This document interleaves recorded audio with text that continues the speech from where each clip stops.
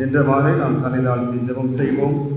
ஆண்டவர் நம்மோடு கூட பேசும்படியாக சத்திய ஆவியாகி அவர் வரும்பொழுது சகல சத்தியத்துக்குள்ளும் நம்மை வழிநடத்துவார். எங்கள் அன்பு பரலோகத்தின் பிதாவே, உம்முடைய பரிசுத்த நாமம் மகிமைப்படுவதாக. இந்த மனமகிழ்ச்சி ஓய்வு நாள் காலை ஆராதனையிலும் ஆண்டவர் எங்களோடு கூட நீர் இடைப்படுகிறதுக்காக உமக்கு நன்றி செலுத்துகிறோம். இந்த வாரத்துக்குரிய தலைப்பின் அடிப்படையில் நாங்கள் தியானிக்கும் பொழுது ஆண்டவர் எங்களோடு கூட நீர் பேசுகிறாங்க. உடைய வார்த்தையின் சத்தியத்தில் உள்ள அடங்கியிருக்கிற ரகசியங்கள், ஆண்டவர் ஒளிப்பிடத்தில் இருக்கக்கூடிய புதையல்கள் ஆண்டவர் எங்களுக்கு தந்தரல வேண்டும் என்று மன்றாடுகிறோம். பரிசுத்த ஆவியானவர் எங்களோடு இடைப்படுகிறார். இந்த வார்த்தையானவர் எங்களோடு பேசுகிறார்.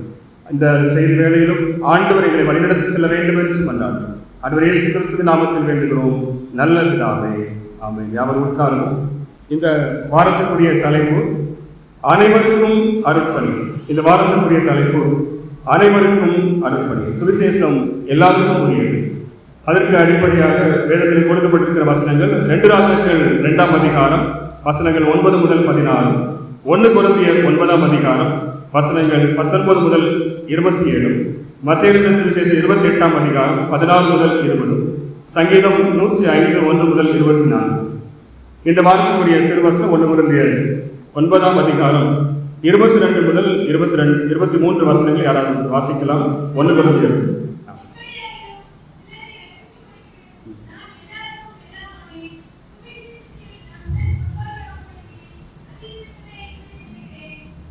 இந்த வசனத்தின் அடிப்படையில் நாம் இங்கே தியானிக்க இருக்கிறோம். முதலாவது நற்செய்தி பணி அல்லது சுவிசேஷம் என்பதனுடைய விளக்கத்தை நாம் இங்கே தியானிக்க இருக்கிறோம். நற்செய்தி அப்படின்னா நல்ல செய்தி, நல்ல பிளஸ் செய்தி, நல்ல செய்தி. ஆரம்ப காலங்களிலே இந்த நற்செய்தி அல்லது இந்த நல்ல செய்தி இஸ்ரவேல் ஜனங்களுக்கு மட்டுமே கொடுக்கப்பட்டிருந்தது.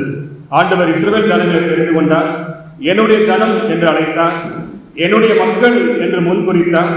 அவர்களுக்கு மாத்திரமே நற்செய்தி பகிரப்பட்டு வந்தது. அப்ப இஸ்ரவேலருக்குள்ளேயே ஆண்டவர் நற்செய்தியை வைத்திருந்தார். அதுக்கு ஆதாரமாக நீங்க பார்த்தீங்கன்னா 2 சாமுவேல் புத்தகம் 18ஆம் அதிகாரம் 31ஆம் வசனத்துல அங்கே கூசி என்கிற ஒரு மனிதன் வந்து ராஜாவிடத்துல, ஆண்டவனே, நற்செய்தி இன்று கர்த்தர் உமக்கு விரோதமாக எழுப்பின எல்லாரின் கைக்கும் உம்மை நீங்களாக்கி நியாயம் செய்தார் என்று ஒரு நற்செய்தி சொல்கிறார். அப்ப இஸ்ரவேல் ஜனங்கள் தங்களுக்குள்ளேயே நற்செய்தியை பரப்பும்படியாக அல்லது தங்களுக்குள்ளேயே நற்செய்தியை சொல்லிக் கொள்ளும்படியாக ஆண்டவர் நற்செய்தியை இஸ்ரவேலருக்குள்ளே மட்டும் வைத்திருந்தார். அப்ப இந்த நற்செய்தியை அவர்கள் பகிர்ந்து கொள்கிற போது ஆண்டவர் அவர்களை ஆசீர்வதித்தார். அந்த நற்செய்தி அவர்கள் வழுவி போகிற போதும் ஆண்டவரை விட்டு தூரமாய் போகிற போதும் அவர்களை கர்த்தர் பக்கமாக திருப்பி இழுத்தது. அப்ப இந்த நற்செய்தி நாம் கேள்விப்படும் போது இங்கே தாவீதும் அவருடைய மகன் அப்சலோம் தாவீதை எதிர்த்து தாவீதை அழித்து போட்டு ராஜ்யத்தை பிடிக்க வேண்டும் என்று அப்சலோம் ஒரு பெரிய படையோடு வருகிறார். தாவீது நினைத்தால் அப்சலோமை எளிதாக வீழ்த்தி விடலாம். ஆனால் அப்சலோமுக்கு பயந்து அல்ல, அப்சலோமின் மீது கை போட்டு விடக்கூடாது என்பதற்காக விலகி அந்த அரண்மனையை விட்டு கெபிக்குள்ளே போய் மறைந்து கொண்டார். சவுல் ராஜாவின் நாட்களிலே தாவீது அழிந்து திரிந்தது போல இந்த அப்சலோம் விரோதமாக எழும்பி வந்த போதும் கெபிக்குள்ளே போய் ஒளிந்திருந்தார். கொஞ்ச நாள்ல சரியாயிரும் அப்படின்னு சொல்லிட்டு மறைந்து இருந்தார். இப்போ இந்த அப்சலோமை அங்கே தாவீது அழிக்க வேண்டும் என்ற எண்ணம் கிடையாது. ஆனால் தாவீதுக்கு விரோதமாக பெரிய படையோடு அப்சலோம் எழுப்பி வந்ததுனால இந்த அப்சலோமை குறித்து தாவீதுக்கு ஒரு சின்ன கலக்கம். ஆனா ஒரு நற்செய்தி என்று கொண்டு வந்த உடனே தாவீது என்ன நற்செய்தி என்று கேட்கும் போது, உமக்கு விரோதமாக எழுப்பின பகைஞர்களை ஆண்டவர் அழித்து போட்டார் என்று அந்த நற்செய்தி சொல்லப்பட்டது. ஆனால் தாவீதுக்கு அது நற்செய்தி அல்ல. தாவீது அப்சலோமை மிகவும் அதிகமாக நேசித்ததுனால அது துர்ச்செய்தியாக மாறியிருந்தது. 2 சாமுவேல் 18ஆம் அதிகாரம் 33ஆம் வசனத்துல, அப்பொழுது ராஜா மிகவும் கலங்கி கெபுனி வாசலின் மேல் வீட்டிற்குள் ஏறி போய் அவன் அழுதான். அவன் ஏறி போகையில், என் மகளாகிய அப்சலோமே, நான் உனக்கு பதிலாக செத்தேனானால் நலமாயிருக்கும். அப்சலோமே, என் மகனே, என் மகனே என்று சொல்லி அழுதான் என்று அங்கு எழுதப்பட்டிருக்கிறது. அப்ப அப்சலோம் மரித்து போனான். அது நற்செய்தி அல்ல, அது அவருக்கு துர்ச்செய்தியாக மாறியிருந்தது. அப்ப இஸ்ரவேல் ஜனங்களுக்குள்ளே நற்செய்தியை பகிர்ந்து கொண்டார்கள். அவர்களுக்கு மாத்திரமே நற்செய்தி அனுமதிக்கப்பட்டிருந்த காலம். அதை தொடர்ந்து நீங்க பாத்தீங்கன்னா 2 ராஜாக்கள் புத்தகம் 7ஆம் அதிகாரம் 9ஆம் வசனத்துல, பின்பு அவர்கள் ஒருவரை ஒருவர் நோக்கி, நாம் செய்கிறது நியாயம் அல்ல. இந்நாள் நற்செய்தி அறிவிக்கும் நாள். நாம் மௌனமாய் இருந்து பொழுது விடியும் மட்டும் காத்திருந்தால் குற்றம் நம்மை சுமரும். இப்போதும் நாம் போய் ராஜாவின் அரண்மனையாருக்கு இதை அறிவிப்போம். இந்த செய்தி நமக்கு எல்லாருக்குமே தெரியும். சமாரியா முற்றுகை போடப்பட்டிருக்கிறது. இந்த சமாரியாவுக்கு உள்ளிருந்து வெளியையும் வெளியிருந்து உள்ளே எந்த பொருளையும் எடுத்துட்டு போக முடியாது. சுற்றிலும் கொத்தளங்களை போட்டு அங்கே இருக்கிற சீரிய இராணுவம் அவர்களை மடக்கி வைத்திருக்கிறது. உள்ள இருக்கிற பொருள் எல்லாம் சாப்பிட்டு முடிச்சாச்சு. அங்கே பஞ்சம் தலைவிரித்து ஆடியது. புசிப்பதற்கு உணவு இல்லை. 2 ஸ்திரீகள் பேசிக் கொள்கிறார்கள். இன்றைக்கு உன் பிள்ளையை தான் அதை சமைத்து நாம் சாப்பிடுவோம், நாளைக்கு என்னுடைய பிள்ளை சமைத்து சாப்பிடலாம் என்று சமைத்து சாப்பிட்ட ஒரு நிலைக்கான பஞ்சம் தலைவிரித்து ஆடியிருந்தது. அப்ப இப்படிப்பட்ட ஒரு சூழ்நிலையில தான் ஆண்டவர் எலியா தீர்க்கதரிசியுடைய வார்த்தையின்படி 2 ராஜாக்கள் 7ஆம் அதிகாரம் 1ஆம் வசனத்துல பஞ்சம் நீங்கி போகும் என்று எலிசா தீர்க்கதரிசி சொல்லியிருந்தார்.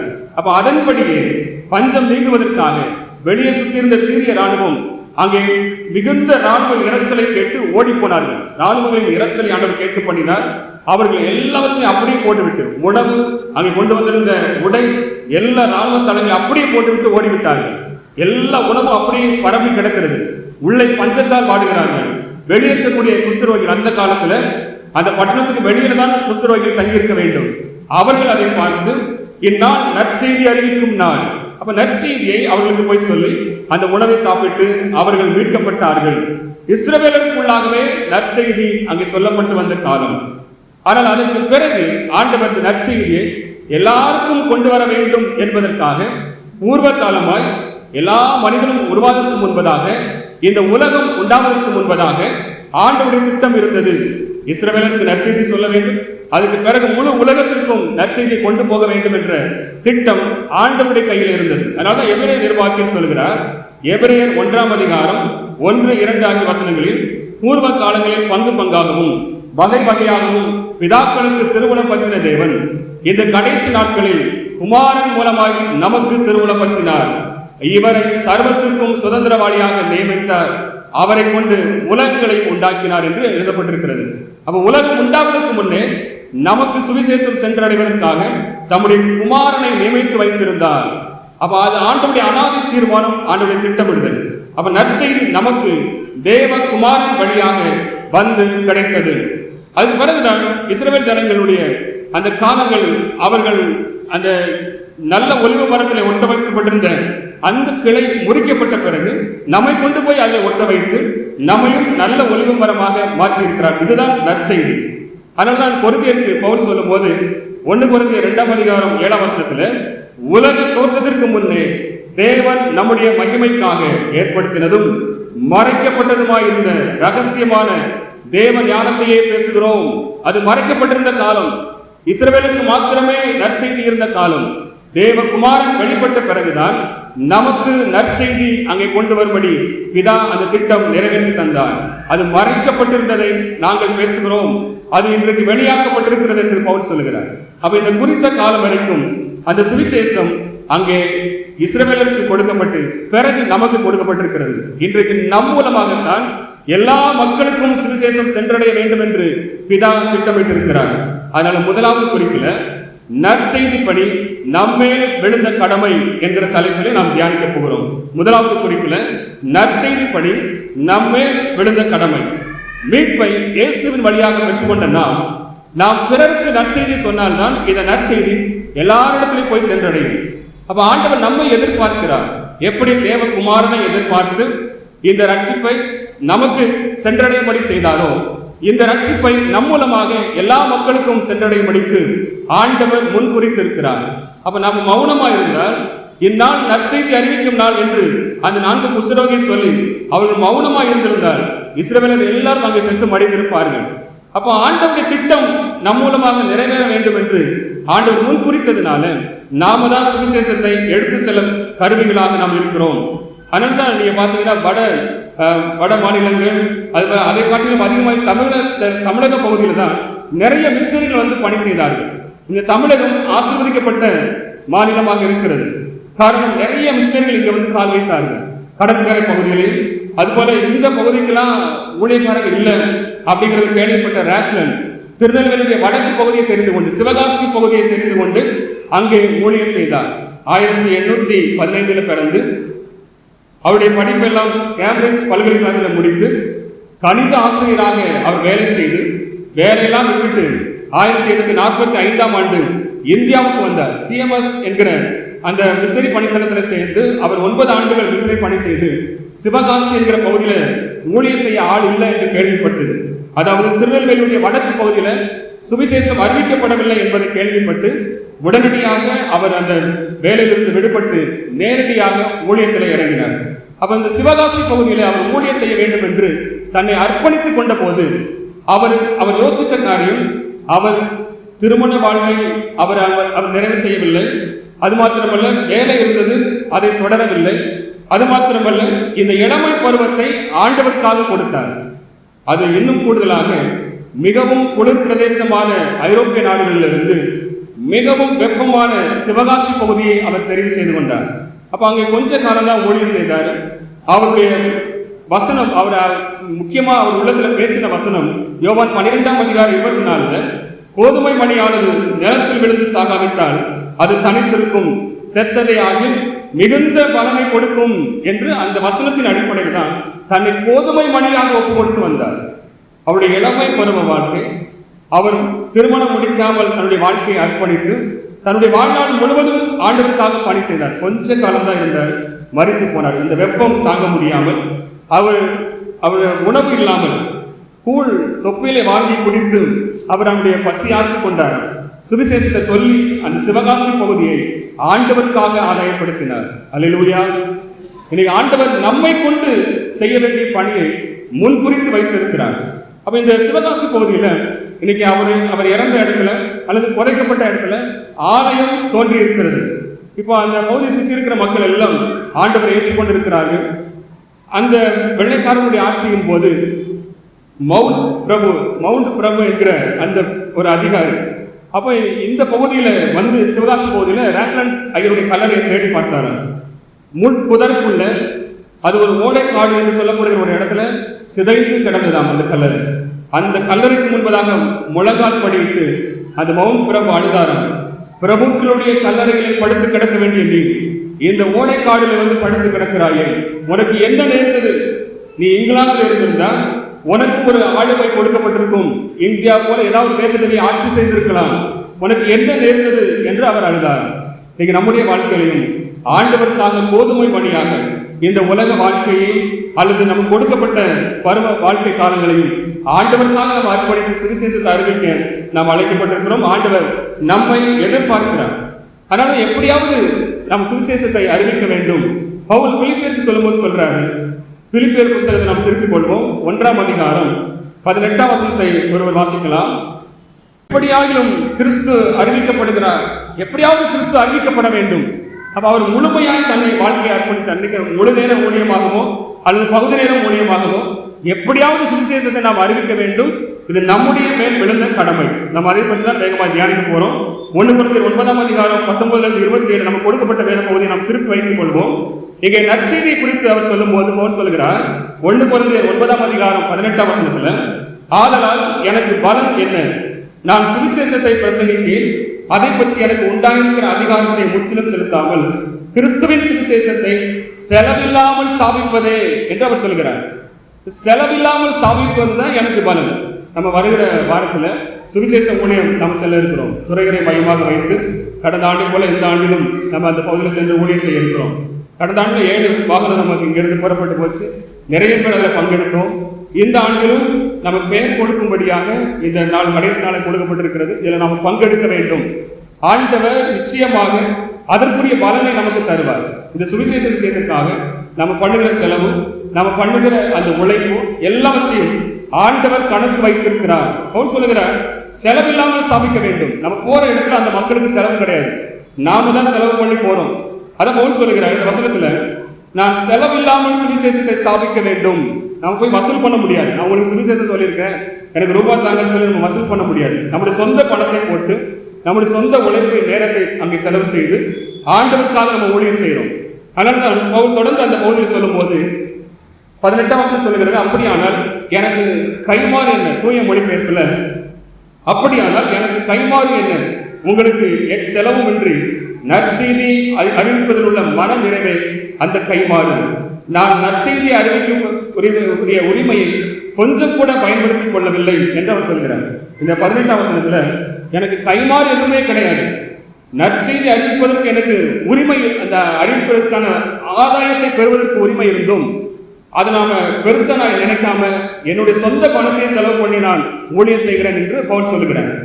இப்போ நம்ம நிறைய முரண்பாடு வருகிறது. இன்னைக்கு நிறைய பேர் ஆதாயத்தை எதிர்பார்த்து ஊழியம் செய்யறாங்க.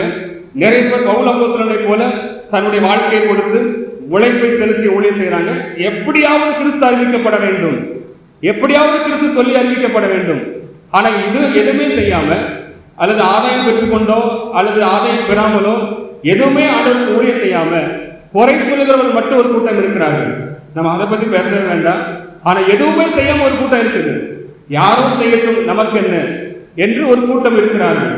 அவர்களை பற்றி தான் நாம் கவலைப்பட வேண்டும். அந்த கூட்டத்தில் நாம் இருக்கக்கூடாது. நம்மை கொண்டும் ஆண்டவர் சுவிசேஷம் அறிவிக்க வேண்டும். நம்மை கொண்டும் சுவிசேஷ ஊழியத்தில் ஆண்டவர் பயன்படுத்த வேண்டும். நம்முடைய பணம், நம்முடைய உழைப்பு, நம்முடைய நேரம் சுவிசேஷத்துக்காக செயல்பட வேண்டும் என ஆண்டவர் கணக்கு வைக்கிறார். ஆண்டவர் பவுல் சொல்லுகிறார், தன்னுடைய தியாக வாழ்க்கையை அர்ப்பணிக்கிற பவுல் மாதிரி ஊழியம் செய்வதற்காக நம்ம அழைக்கப்பட்டிருந்தா செய்யலாம், முழு நேரமாக செய்யலாம், உழைப்பை கொடுத்து செய்யலாம். ஆனால் நம்ம செய்யாமல் இருந்தால் நிச்சயமாய் ஆண்டவர் கணக்கு கேட்பார். அதனாலதான் நம்ம சுவிசேஷ ஊழியத்தில் பங்கெடுப்பது அவசியம். நம்ம சொல்றது சொல்லாத ரெண்டாவது விஷயம். அப்ப அதை ஆண்டவர் கணக்கு வைக்கிறார். பவுல் சொல்லுகிறார், எனக்கு ஒரு ஆதாயமும் கிடையாது. அப்ப இலவசமாய் அவர் சுவிசேஷத்தை அங்கே கொண்டு செல்ல வேண்டும் என்று விரும்புகிறார். தன்னுடைய சொந்த உழைப்பை பயன்படுத்தி அவர் சுவிசேஷத்தை கொண்டு செல்ல விரும்புகிறார். அப்ப ஆண்டவர் ராக்லாண்ட் ஐயரை போல, வெளிநாட்டிலிருந்து வந்த மிஸ்ரிகளை போல தன்னுடைய சொந்த பணங்களை செலவு பண்ணி பள்ளிக்கூடம் கட்டினாங்க, ஹாஸ்பிட்டல் கட்டினாங்க. தன்னுடைய சொந்த பணங்களை செலவு பண்ணி பெரிய பெரிய கிராமங்களை உருவாக்குறாங்க. நல்லூர், அது போல தூத்துக்குடி மாவட்டத்தில் சாயர்புரம், பெரிய பெரிய இடங்களை வாங்கி அங்கே கிறிஸ்தவர்களை தங்க வைத்து பாதுகாப்பாய் வைத்து அங்கே ஊழியம் செய்தார்கள். தங்களுடைய சொந்த பணங்களையும் வாழ்வையும் ஆண்டவருக்காக கொடுத்தார்கள். இன்னைக்கு ஆண்டவர் அதைத்தான் நம்மிடத்தில் எதிர்பார்க்கிறார். நம்ம எப்படி அழைக்கப்பட்டோமோ அந்த அழைப்பின்படி ஆண்டவருடைய சுவிசேஷத்தை சொல்ல நாம அழைக்கப்பட்டிருக்கிறோம்.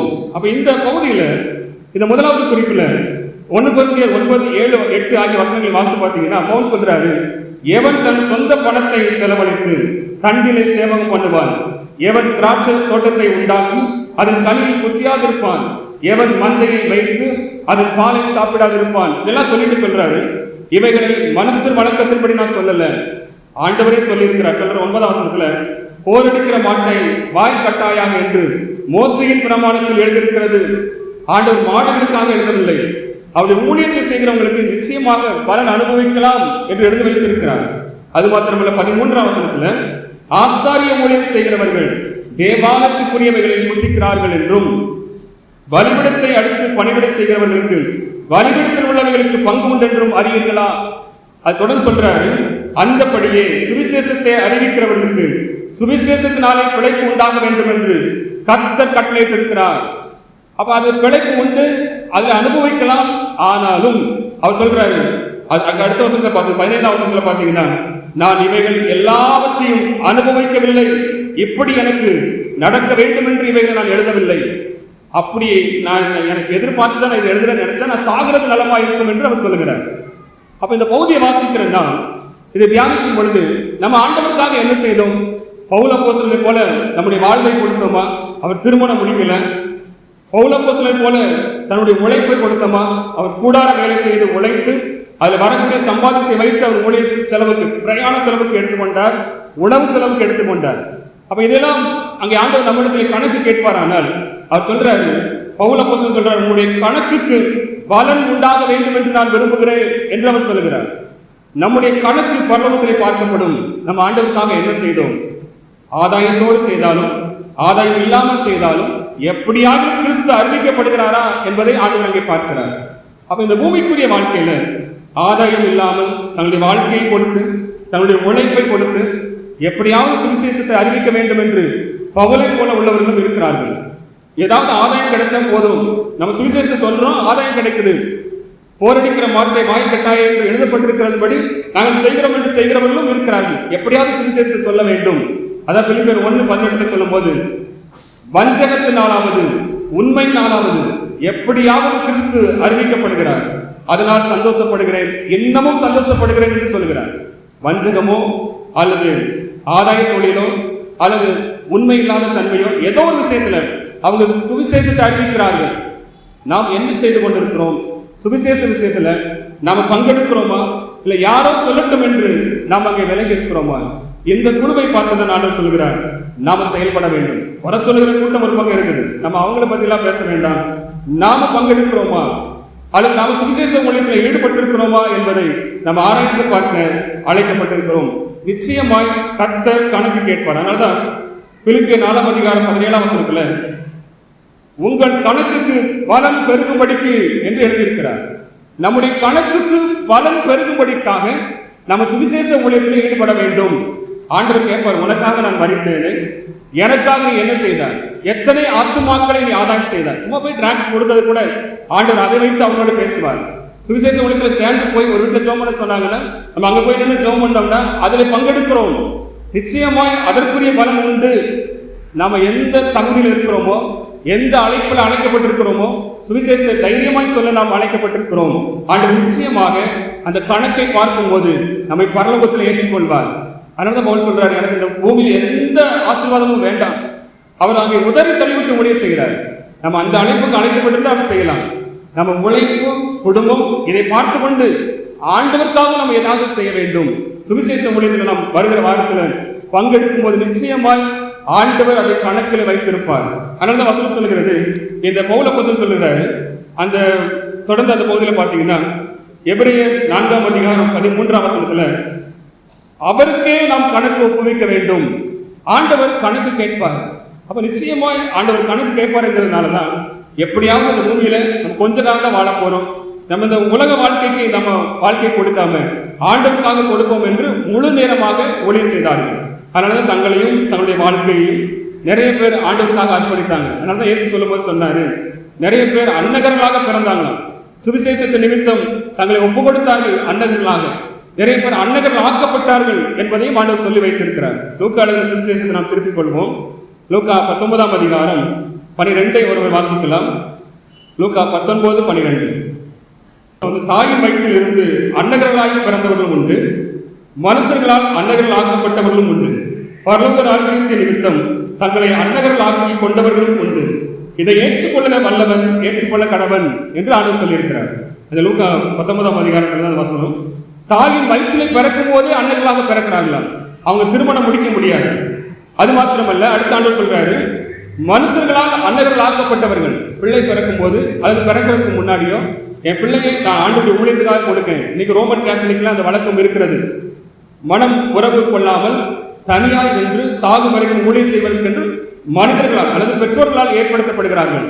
பெற்றோருடைய அர்ப்பணிப்புக்கு ஏற்றவாறு தங்களை ஒப்பு கொடுக்கிறார்கள். அதை தொடர்ந்து ஆண்டவர் சொல்றாரு, கிறிஸ்துவின் ராஜ்யத்தின் நிமித்தம் தங்களை அன்னகர்கள் ஆக்கி கொண்டவர்களும் உண்டு. நிறைய பேர் நான் திருமணம் முடிக்க மாட்டேன்னு சொல்லி ஆண்டவருடைய ராஜ்யத்துக்காக அன்னகர்கள் ஆக்கி கொண்டார்கள். மன உறவு அங்கே வேண்டாம் என்று விலக்கி கொண்டு ஊழியம் செய்கிறார்கள். பவுல் போல. அதுபோல தொடர்ந்து பார்த்தீங்கன்னா பர்னபாவும் அந்த ஊழியத்தில் இருந்தார். பர்னபா எனக்கு மாத்திரம்தான் இந்த அதிகாரம் இல்லையா என்று அவர் கேட்கிறது நிமித்தம் பர்னபாவும் அங்கே மன உறவு கொள்ளாமல் ஆண்டவருக்காக அவர் ஊழியம் செய்திருக்காங்க. அப்ப இதெல்லாம் நம்ம வச்சு பார்க்கும்போது ஆண்டவர் இந்த வாழ்க்கைக்குரிய கணக்கை அவர் பார்க்கும்போது நம்ம நிறைய மதிப்பெண்ணை அங்கே பெற வேண்டும். அங்கதான் நித்தியமாய் வாழ போறோம். அதனாலதான் பவுல் அப்போஸ்தலன், பர்னபா, இன்னும் ஐரோப்பிய நாடுகளிலிருந்து வந்த மிஷனரிகள், தோமா போன்றவர்கள் எல்லாம் பரலோகத்திலே பலன் வேண்டும் என்றுதான் அவர்கள் ஆசைப்பட்டார்கள். அதனால இந்த பூமிக்குரிய எதையும் அவர்கள் எடுத்துக்கொள்ளவில்லை.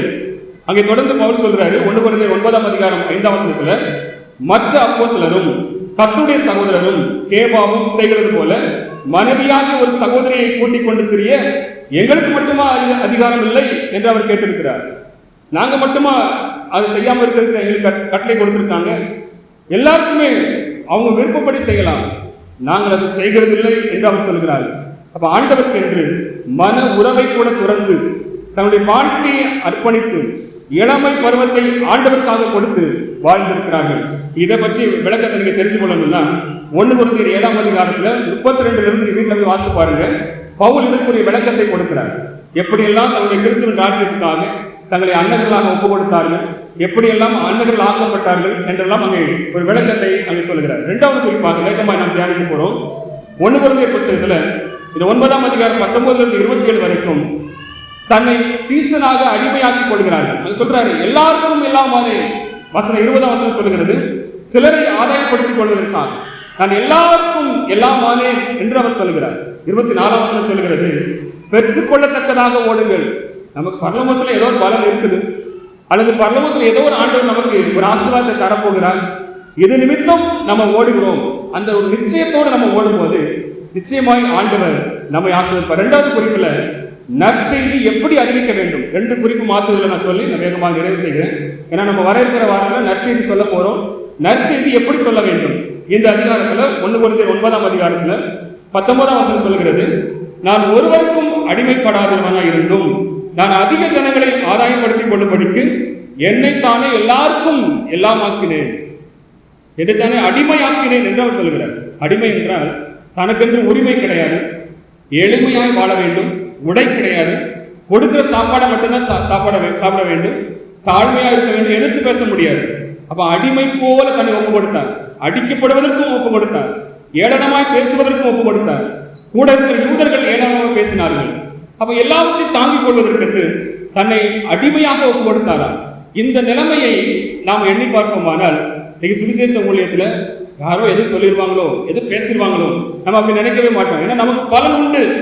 நிச்சயமாய் பரலோகத்திலே ஆண்டவர் அதற்குரிய பலனை தருவார். தேவகுமாரன் இந்த பூமிக்கு இறங்கி வந்த போது அவமானங்களை சகித்துக் கொண்டார், நிந்தைகளை தாங்கிக் கொண்டார், அடிகளை ஏற்றுக்கொண்டார், கடைசி சுட்டு இரத்த மருகள் சிந்தும்படி தன்னை ஒப்பு கொடுத்தார், அடிமையின் ரூபமானார். அவன் கிறிஸ்துவை பின்பற்றுகிற நாமும் ஆண்டவருக்காக எதாவது செய்ய வேண்டும் என்பதை ஆண்டவர் நம்மிடத்திலே எதிர்பார்க்கிறார். அப்புறம் போகிற இடத்துல சில கேள்வி கேட்பாங்க. ஏன்னா எல்லாருக்குமே எல்லா வசனமும் தெரியும், டிவியில பார்க்குறாங்க, செய்தியில் கேள்விப்படுறாங்க, நிறைய பைபிள் கூட படிக்கிறாங்க, ஸ்கூல்ல கொடுக்கப்பட்ட பைபிள். நிறைய பேருக்கு நிறைய கேள்வி இருக்கும். சிலர் கூட கேள்வி கேட்பாங்க, இயேசு சொல்லியிருக்கிறார், அவருடைய போதனையின் படியும் அவர் வாழ்ந்து காண்பித்தாரா? ஒரு இடத்துல கேட்டாங்க. என்ன கேட்டாங்கன்னா, ஒரு கணத்தில் அறைந்தால் மறு கணத்தையும் திருப்பி காட்டு என்று சொல்ல இயேசு கிறிஸ்து தீமையோடு எதிர்த்து நிற்க வேண்டாம். இந்த வசனம் மத்திய எழுதின சுவிசேஷம் 5ஆம் அதிகாரம் 39ஆம் வசனத்துல, நான் உங்களுக்கு சொல்கிறேன், தீமையோடு எதிர்த்து நிற்க வேண்டாம். ஒருவன் உன்னை வலது கணத்தில் அறைந்தால் அவனுக்கு மறு கணத்தையும் திருப்பி கொடு. இந்த போதனை செய்த ஆண்டவர் எதற்காக சவுக்கை எடுக்க வேண்டும் என்று அங்கே ஒரு கேள்வி கேட்டார். அப்ப ஏன் ஆண்டவர் சவுக்கை எடுத்து அடிச்சாரு? அப்ப அந்த பகுதி அவனுக்கு, அந்த சகோதரருக்கு நான் விளக்கும் போது சொன்னேன், ஆண்டவர் போதிச்சது உண்மைதான், தீமையோடு எதிர்த்து நிற்க வேண்டாம் என்று ஆண்டவர் சொன்னது உண்மைதான். என்ன தீமை நடந்தது, ஏன் சவுக்கை எடுத்தார் என்பதை அந்த சகோதரருக்கு நான் விளக்கி சொன்னேன். ஆண்டவர் அந்த இடத்துல யாரையுமே அடிக்கல. நல்லா கவனிச்சு பாருங்க. அந்த பகுதியில இஸ்ரவேல் ஜனங்களுக்கு என்று இந்த ஸ்கிரீன்ல பாத்தீங்கன்னா எருசலேம் தேவாலயத்தை நம்ம பார்க்க முடியும். எருசலேம் தேவாலயத்துல உட்பிரகாரம் ஒரு பெரிய காம்பவுண்ட் இருக்கும். அதுலதான் யூதர்கள் உள்ளே நுழைந்து பலிபீடத்தின் பக்கத்துல அவங்க போய் ஆண்டவரை தொழுது கொள்ளலாம். அதுக்கு பிறகு பரிசுத்த ஸ்தலம், அதுக்கு பிறகு மகா பரிசுத்த ஸ்தலம். இது ஆசாரியர்களுக்கு மட்டும் உரியது. இப்ப யூதர்கள் உள்ளே நுழைய ஒரு இடம் கொடுக்கப்பட்டிருந்தது. அதுக்கு வெளிப்பிரகாரம் எருசலேமை சுற்றி இருக்கிற பகுதியில் இருக்கக்கூடிய இஸ்ரவேலர்கள் அவர்கள் புறஜாதியாக கருதப்பட்டார்கள். ஏன் புறஜாதியாக கருதப்பட்டாங்கன்னா, அவங்க எருசலேமில் இருந்து சிதறடிக்கப்பட்டார்கள். ராஜாக்கள் படையெடுத்து வரும்போது எருசலேமை காக்க வேண்டும், ஆலயத்தை காக்க வேண்டும் என்று அங்கு நிற்கவில்லையா, அவர்கள் எல்லாம் ஓடி போயிட்டாங்க. புறஜாதியார்கள் தேசத்தில் போய் வாழ்ந்து கொண்டார்கள். அதனால அவங்க புறஜாதியார். அதனால அவங்க நாய் சமூகம் என்று கருதப்பட்டார்கள். அவர்கள் விபச்சார சந்ததியார் என்று கருதப்பட்டார்கள். அதான் ஆண்டவர் அப்படிப்பட்ட மக்கள் மீது தான் அதிக அக்கறை கொண்டவராக காணாமல் போன ஆடு என்று அவர்களை குறித்து தான் சொல்லியிருந்தார். அப்ப அவர்களை குறித்த அக்கறையோடு ஆண்டவர் எருசலேம் பண்டிகையில போய் பார்க்கும்போது, பண்டிகை தோறும் எருசலேம் ஆலயத்துக்கு ஆண்டவர் போனது இதுதான். அவர் பார்க்கும்போது வெளிப்பிரகாரம் இஸ்ரவேல் ஜனங்களுக்கு என்று ஒதுக்கப்பட்டிருந்தது, உட்பிரகாரம் தான் எருசலேமில் வாழக்கூடிய யூதர்களுக்கு. அப்ப வெளியில நின்று அவங்க பலி பொருட்களை உள்ளே கொடுத்து அவங்க பலி செலுத்து வரைக்கும் நின்று ஆண்டவரை தொழுது கொள்வதற்கு அவங்களுக்கு நேரம் ஒதுக்கப்பட்டிருந்துச்சு. ஆனா அந்த வெளிப்பிரகாரத்துல தான் ஆடு, மாடு, புறா, காசுக்காரர்கள் உள்ள போய் உட்கார்ந்துட்டாங்க. இவங்களுக்கு நிக்க இடம் கிடையாது. பலி பொருட்களை வாங்கணும், அங்க போய் கொடுக்கணும், போயிடணும். அங்க ஒரு சவுக்கு வச்சு அடிச்சு விரட்டுவாங்க, நீங்க இங்க நிக்க கூடாது போகலாம் என்று சொல்லி. ஏன்னா நிக்கவும் இடம் கிடையாது. அப்ப பலி பொருட்களை வாங்க காசு கொடுத்து தான் வாங்குவாங்க. ஏன்னா வெளியில இருந்து பலி பொருட்கள் கொண்டு வர முடியாது. ஆசிரியர் அதை பார்க்கும்போது அதுக்கு நேரம் ஆகும், அதுல எதுவும் பழுது இருக்கான்னு பார்க்கணும். அதனால பழுது இல்லாத ஆடு, மாடு, புறா எல்லாம் ஏற்கனவே உள்ள இருக்கும். அவங்களுக்கு உள்ள இடம் கிடையாது, வெளிப்பிரகாரத்துக்கு வெளியில தான் நிற்கணும். ஆனா இயேசு கிறிஸ்துவின் காலத்துல அவங்களுக்கு ஆராதிக்க இடம் இல்லாமல், பிதாவின் வீட்டில் அவங்களுக்கு இடம் இல்லாமல் வெளியிலே துறக்கப்பட்டு ஆடு, மாடு, புறா இவர்களை உள்ள வைத்து விட்டார்கள். அப்ப இவங்க இந்த பலி பொருட்களை விற்பனை செய்து அதற்கு ஒரு காசுக்காரர்கள் இருந்தாங்க. ஏன்னா ரோம நாணயத்தை அவங்க வாங்கி கொள்ள மாட்டாங்க. அந்த பலி பொருட்களாக ரோம நாணயம் கொடுத்து வாங்க முடியாது. அதனால ரோம நாணயத்துல ரோமனுடைய உருவம் பொறிக்கப்பட்டிருக்கும், ரோம சீசனை கடவுள் என்ற வார்த்தை இருக்கும். ஆனால் ரோம நாணயத்தை கொடுத்து பலி பொருட்கள் வாங்க முடியாது. அப்ப யூதர்கள் தங்களுக்குன்னு ஒரு வெள்ளி காசு வச்சிருந்தாங்க. அந்த வெள்ளி காசை அவர்கள் பெற்றுக்கொள்வதற்காக ரோம நாணயத்தை கொடுத்து காசு மாற்றிக் கொள்வார்கள். அது அவங்க பேர் தான் காசுக்காரர்கள். அதை மாற்றி கொடுப்பதற்கு சிலர் வெளியே இருந்தார்கள். அவங்க எல்லாமே வெளிப்பிரகாரத்துக்குள்ளே வந்து விட்டார்கள். இப்ப ஆண்டவர் காசுக்காரருடைய பலகைகளையும் ஆசனங்களையும் கவிழ்த்தார் என்றுதான் அந்த வசனம் தெளிவாக சொல்லுகிறது. நீங்க வாசித்து பார்த்தீங்கன்னா காசுக்காரருடைய காசுகளையும் மத்தேயு சுவிசேஷம் 21:12, மார்க்கு 11:15, யோவான் 2:15 காசுக்காரருடைய காசுகளை ஆண்டவர் கவிழ்த்து போட்டார். சவுக்கை எடுத்த உடனேயே எல்லாரும் பயந்துட்டாங்க. ஏன்னா ஏற்கனவே அந்த யூதர்கள் பலி செலுத்த வருகிறவங்களை விரட்டுவதற்கு பயன்படுத்துறது சவுக்கு. அப்ப யூதர்களுக்கு அந்த அதிகாரம் இருந்தது. இயேசுக்கு எப்படி இந்த அதிகாரம் வந்ததுன்னா, தீர்க்கதரிசிக்கு ஒரு அதிகாரம் உண்டு. என்னன்னா அவங்களை விசாரிக்கலாம், தண்டனை கொடுக்கலாம். அதனாலதான் விபச்சாரத்தில் கையும் களவுமாய் பிடிக்கப்பட்ட ஸ்திரியை இயேசுவிடத்தில் கொண்டு வந்து நிறுத்தினார்கள். அவங்க தண்டனை கொடுக்கலாம். ஆனால் இயேசுவோ இந்த அதிகாரத்தை பயன்படுத்தி அங்கிருந்த ஆடு மாடு இருக்கிறவர்கள் காசுக்காரர்களை துரத்தி அடித்தார். அவங்களை வெளியே ஏற்றிட்டு, என் ஜனங்கள் பிதாவை ஆராதிக்க வேண்டும், பிதாவின் வீடு சகல ஜனங்களுக்கும் ஜெப வீடு என்று எழுதப்பட்டிருக்கிறது என்று ஆண்டவர் அங்கே முழங்கினார். காரணம், அவர் சவுக்கு எடுத்தது அடிப்பதற்காக அல்ல, நீதியை நிலைநாட்டினார். யாரையுமே அடிக்கல, ஆசனங்களை கவிழ்ப்பதற்காக அதை பயன்படுத்தினார். அப்ப இதை சொன்ன போது அந்த மனிதன் ஆண்டவரை ஏற்றுக்கொள்கிறார். ஒருவேளை நம்ம சொன்ன போது அதை ஏற்றுக்கொள்ளணும்னு அவசியம் எல்லாம் கிடையாது. அவன் எதிர்பார்த்த பதில் நம்ம சொல்லிட்டோம். ஏற்றுக்கொள்வதும் ஏற்றுக்கொள்ளாத அவங்களுடைய விருப்பம். நம்ம விதைக்கிறோம், பலனை கொடுப்பது ஆண்டவர் தான். அப்ப நம்ம விதைக்காமல் இருந்தால்தான் அங்கே பலனை நம்ம எதிர்பார்க்க முடியாது. அப்ப நிறைய இடத்துல நம்ம சுவிசேஷ டிராக்ஸ் கொடுக்குறோம், அல்லது நம்ம இயேசு பற்றி சொல்றோம். சில வீட்டில் ஏற்றுக்கொள்வாங்க, எங்களுக்காக ஜோம் பண்ணுங்கன்னு சொல்லுவாங்க, வாலிப பிள்ளைகளுக்காக ஜோம் பண்ணுங்கன்னு சொல்லுவாங்க, குடும்பத்துக்காக ஜோம் பண்ணுங்க, பண கஷ்டம் இருக்கிறது, வியாதி இருக்கிறது, ஜோம் பண்ண கூப்பிடுவாங்க. ஆண்டவர் அறியாத அவர்களுக்கு நாம போய் ஜெபிப்பது, டிராக்ஸ் கொடுப்பது, உங்களுக்கு இந்த வாழ்க்கை மட்டுமல்ல நித்தியமான ஒரு வாழ்க்கை இருக்கிறது என்று சொல்வது சுவிசேஷம். அப்ப நம்மை ஒரு கருவியாக ஆண்டவர் பயன்படுத்துகிறார் என்றால் இந்த சுவிசேஷத்தில் தான் பயன்படுத்த முடியும். நிச்சயமாய் ஆண்டவர் நம்மளை கணக்கு கேட்கும் போது நம்ம வெறுகையோட ஒன்றும் ஆத்துமாக்கள் ரட்சிக்காம வெட்கத்தோடு அங்கே போய் நிற்போம்னா பரலோகத்தில் நம்ம எப்படி ஆண்டவர் ஏற்றுக்கொள்வார்? பரலோகத்தில் எப்படி நம்மை அவர் ஏற்றுக்கொள்வார்? நம்முடைய கணக்குக்கு பலன் பெருக வேண்டும் என்று பவுல் அப்போஸ்தலன் சொல்லி இருக்கிறார். நம்ம நிச்சயமாக சுவிசேஷ ஊழியத்தில் சிலரை யாரும் நம்ம ஆதாயப்படுத்த வேண்டும், யாருக்காவது டிராக்ஸ் கொடுக்க வேண்டும். இப்போலாம் நம்ம அந்த பகுதியில் ரொம்பலாம் எதிர்ப்புலாம் கிடையாது. நமக்கு திறந்த வாசல் இருக்குது. நம்ம பயன்படுத்தாம போனா நிச்சயமாய் ஆண்டவர் கேட்பாரு. நமக்கு திறந்த வாசல் கொடுக்கப்பட்டிருக்கிறது. அப்போ ஒரு சில இடத்துல போன வருஷத்துல பிரச்சனை இருந்துச்சு, ஒரு சில ஊர்ல உள்ள விடலை தான். ஆனால் திறந்த வாசல் எல்லா இடத்துலையுமே இருந்துச்சு. ஒரு இடத்துல டிராக்ஸ் வைக்கும் போது எடுத்துட்டு போ அப்படின்னு சொல்லி ஒரு ஆள் சொன்னார். பரவாயில்ல, நான் எடுத்து வந்துட்டேன். அப்போ ஆண்டவர் நமக்கு கொடுத்த பணியை நம்ம எந்த முறுமுறுப்பு இல்லாம தாழ்மையா அன்பா நம்ம செய்யும் போது நிச்சயமாய் பரலோகத்திலே நமக்கு பலன் உண்டு. அல்லேலூயா. ஆண்டவர் அந்த பலனை தருவதற்காகத்தான் நமக்கு இந்த வாழ்க்கையை தந்திருக்கிறார்.